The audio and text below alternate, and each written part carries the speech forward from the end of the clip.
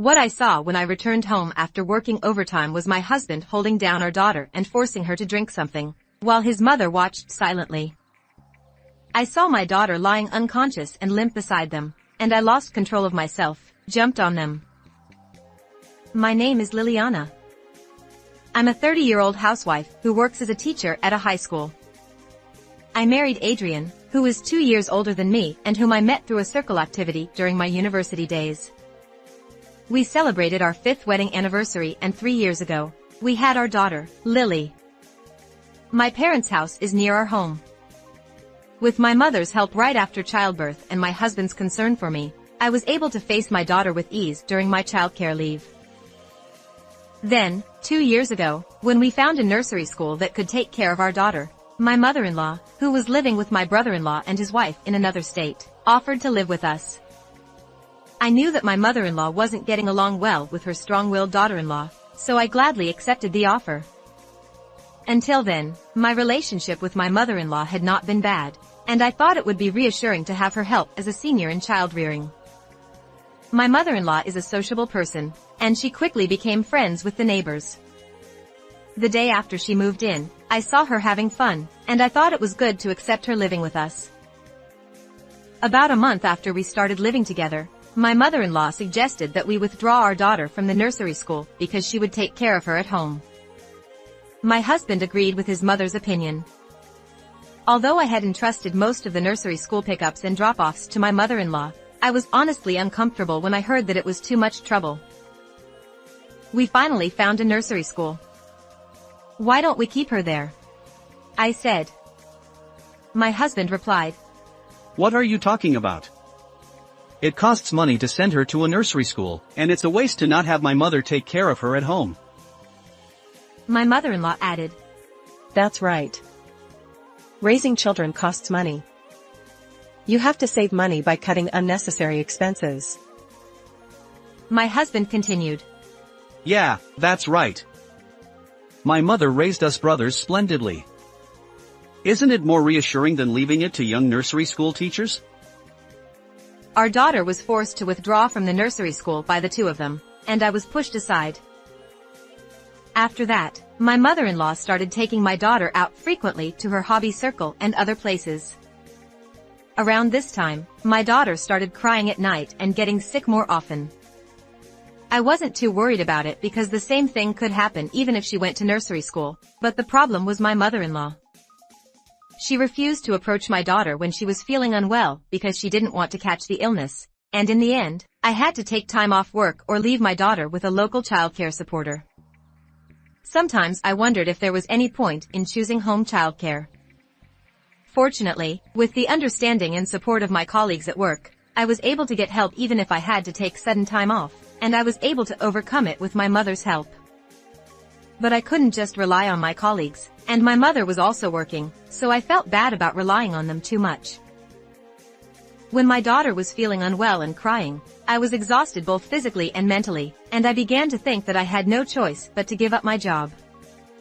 Then my husband's debt came to light. He had failed in an investment he had started to earn pocket money. I couldn't quit my job, so if I couldn't rely on my mother-in-law anymore, I had no choice but to look for a nursery school where my daughter could go back to. However, my mother-in-law was living with us, and it became difficult to pass the nursery school entrance examination. When I was at a loss, my mother-in-law told me that her son's debt was because of her and asked me to leave my daughter to her. As she said, my mother-in-law became actively involved in raising my daughter, and when she got sick again, she took care of her, so I was able to continue working. When my daughter took the medicine prescribed by the hospital, she slept better and cried less than before. Sometimes I talked with my husband that our daughter had gotten a lot better. However, my daughter's night crying became even worse. My mother-in-law scolded her, saying, "I've never heard of a child crying so much at night." And my husband continued to take out his frustration on me. Even after I returned to work, I tried to go home as early as possible and take care of my daughter. But this year, I became a homeroom teacher for high school students, which made it difficult. My husband also became busy due to a department transfer, and the burden on my mother-in-law increased. My family was still sleep deprived because my daughter's night crying didn't improve at all. My mother-in-law, who had been using sleeping pills regularly, decided to get a stronger prescription, which made me feel sorry for her.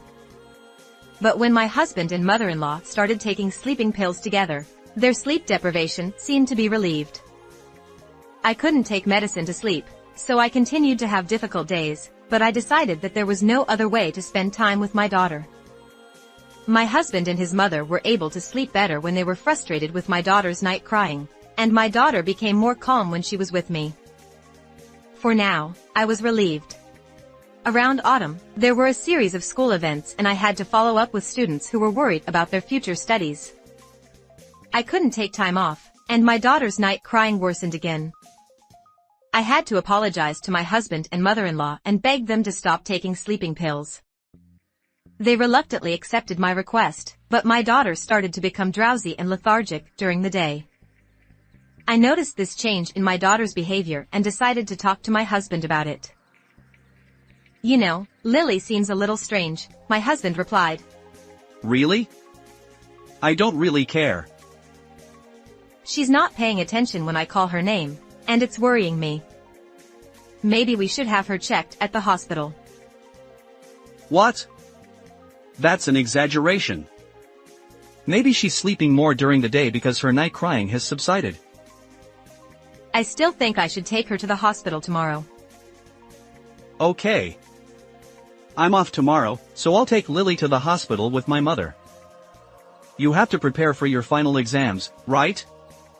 You don't need to take the day off. "Is that okay?" "Thank you."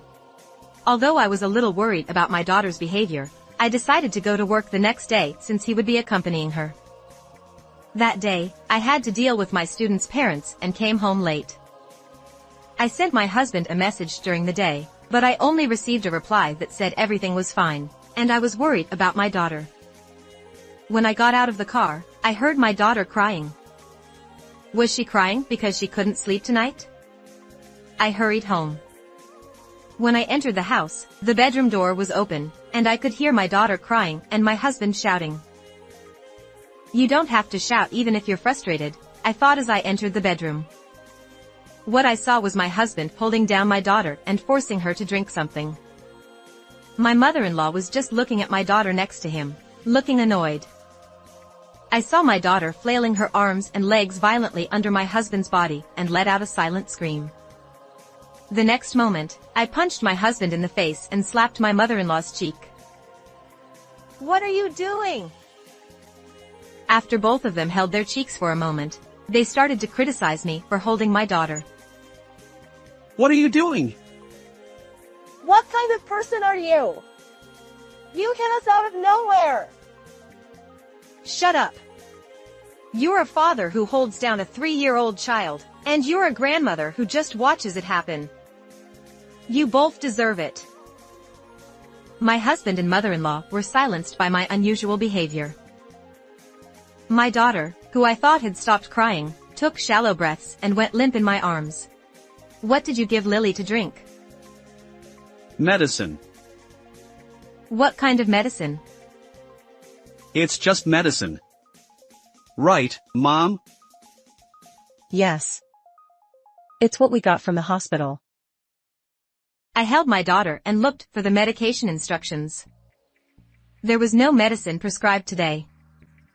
There shouldn't be any over-the-counter medicine that my daughter can drink, let alone any leftover medicine from before. While I was doing that, my daughter lost consciousness and started foaming at the mouth.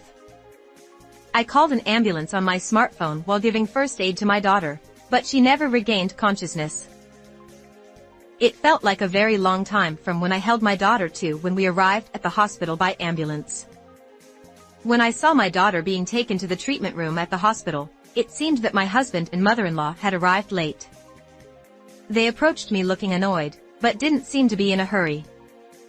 They were holding their cheeks, which were purple and swollen, with a handkerchief. Maybe it was just my feelings, but it seemed like they were annoyed that my daughter had become like this. I confirmed that my husband was standing next to me and asked again what he had given my daughter to drink. Sleeping pills? he said, glaring at me as if it were nothing. Sleeping pills. Is it normal to prescribe sleeping pills to children? I was surprised and exclaimed because I had heard that using sleeping pills on young children is done under the supervision of doctors or nurses. No. It's medicine prescribed to mom. My husband replied. What? Did you give her adult medicine? It was a hassle to crush it and dissolve it in water to make it easier to drink, he said. But it helped her sleep well.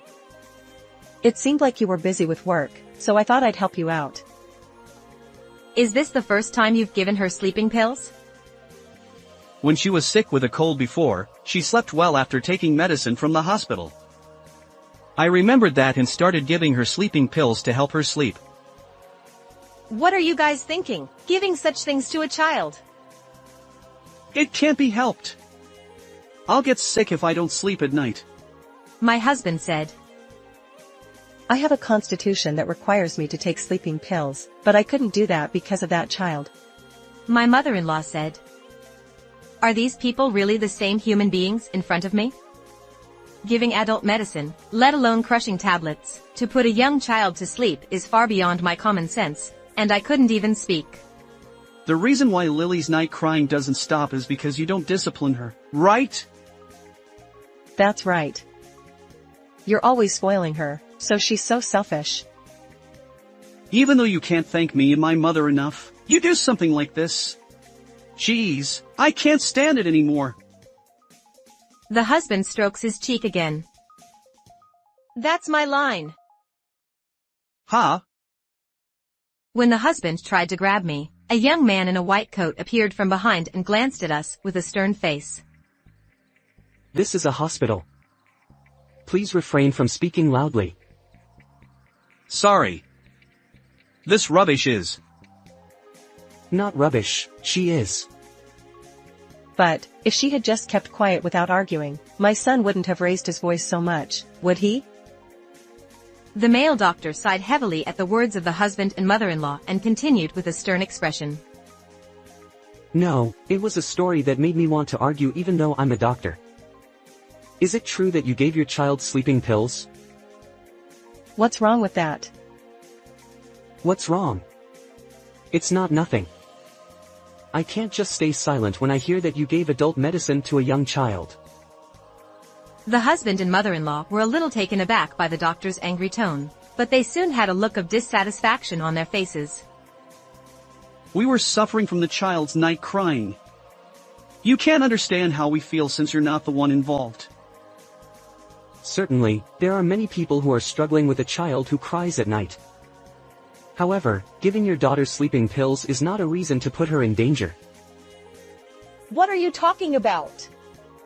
It's medicine prescribed by the hospital, isn't it? It's safe. No. Sleeping pills prescribed for adults are dangerous for children. You don't have that kind of knowledge, do you? Well, the doctor who prescribed it and the pharmacist didn't say anything about it. It is a well-known fact that you should not transfer medicines prescribed to others. We prescribe medication after assessing the patient's condition. If you give a person the wrong medication, it can be life-threatening. I wouldn't know that unless you explained it to me. That's right. If you're going to be so noisy, you should explain it. Then it's the hospital's fault if something happens to my daughter. Stop it already. Don't just make excuses all the time, both of you. A low voice escaped my mouth at the attitude of them who did not show a repentant attitude. Lily's situation is undoubtedly your responsibility. We didn't know, did we? It's not that you didn't know. You just didn't try to find out. If you think about it a little, you can understand that you shouldn't do such a thing without being explained. I can't imagine a daughter-in-law talking back to her husband in my day. Huh? If the wife can't correct the mistake of the husband who put my child in danger, I'll quit as a wife. Well, today's daughter-in-law is just like this. Certainly, I have worked, So it is true that I have caused trouble for my mother-in-law. That's right. You know how much we've suffered from night crying. But wasn't it my daughter who was suffering? Without thinking about the cause of night crying, you took her around and didn't even look at her when she got sick. But old people like me can't afford to catch a cold. I see. So you forgot that children are not just cute. I'm fed up. Hey! You too. My husband and daughter's father who don't even try to think about anything other than themselves are not necessary for us. What you did to your daughter was assault. Be prepared to take appropriate action by filing a complaint. Then, the doctor contacted the police and the child welfare center, and the husband and mother-in-law were arrested and detained. My daughter had been using a large amount of sleeping pills, but fortunately she was able to survive. I divorced my husband and received my home as compensation, but sold it and moved. The former husband was charged with assault against his daughter. Since I did not agree to a settlement, he was sentenced to prison as it was. Now, my daughter has completely stopped crying at night and has no after effects of sleeping pills, and is living with the help of my parents. I am just happy to see my daughter's healthy appearance. How was this story? Please subscribe to the channel as well. Let's meet again in the next video.